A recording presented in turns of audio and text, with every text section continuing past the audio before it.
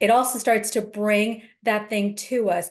That's how much we consciously process. It has to go through the filter of our subconscious.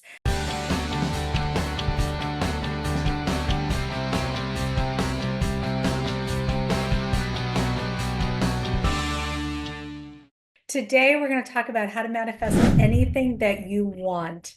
And what's really great about today is we're going to look at a tool that's really easy to use, to incorporate, to start to create your focus on what it is you want without the resistance. What I'm about to share with you is kind of a combination of Neville Goddard's work as well as NLP, neuro-linguistic programming. Now, a couple of things about our mind.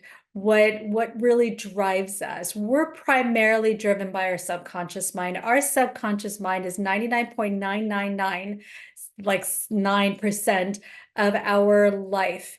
And so everything that we desire, everything that we create, everything that we want, it has to go through the filter of our subconscious.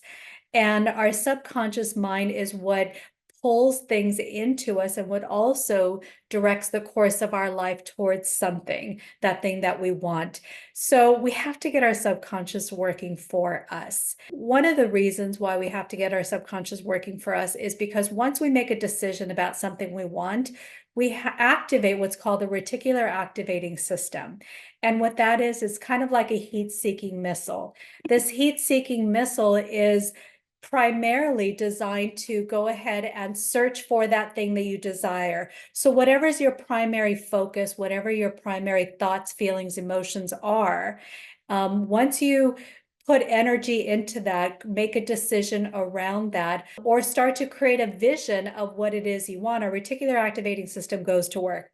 And what that does is it starts to, like a heat-seeking missile, starts to take us in the direction of that thing we're focusing on the most. It also starts to bring that thing to us. Why? Because we're constantly bombarded with information, right? There's something like 2 to 5 million bits of information that our conscious mind is exposed to and our subconscious mind takes in.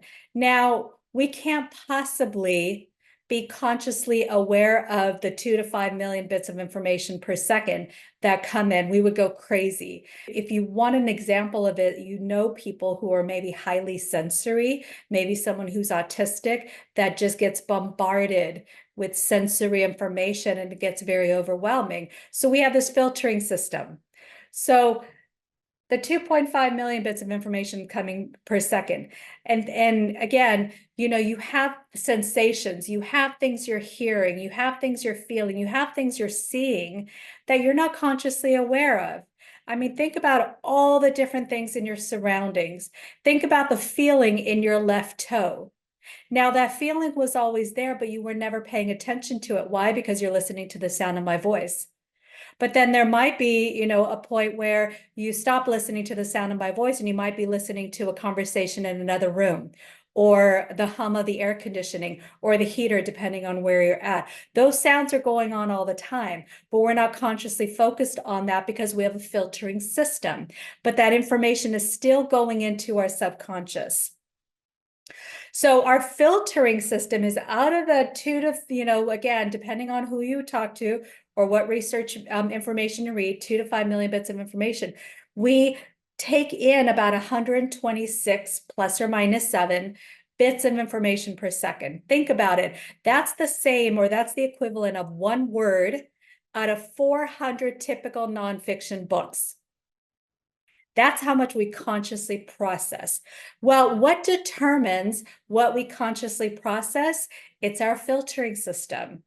And our filtering system is that information that was ingrained to us in our upbringing. From 0 to 7, we don't have a filtering system. We're like a sponge. We take in everything, every thought, every belief, every emotion that we were raised in. And so if we were taught that you are worthy and you are living in an abundant environment and you are a millionaire and you can have anything you desire, then that's your filtering system. If you were taught money doesn't grow on trees, there's never enough, I can't afford this, who do you think you are? That becomes our filtering system. And so as we look at all the information that's around us, we only allow in those things that match what we already believe. We're constantly trying to prove ourselves correct, prove ourselves right.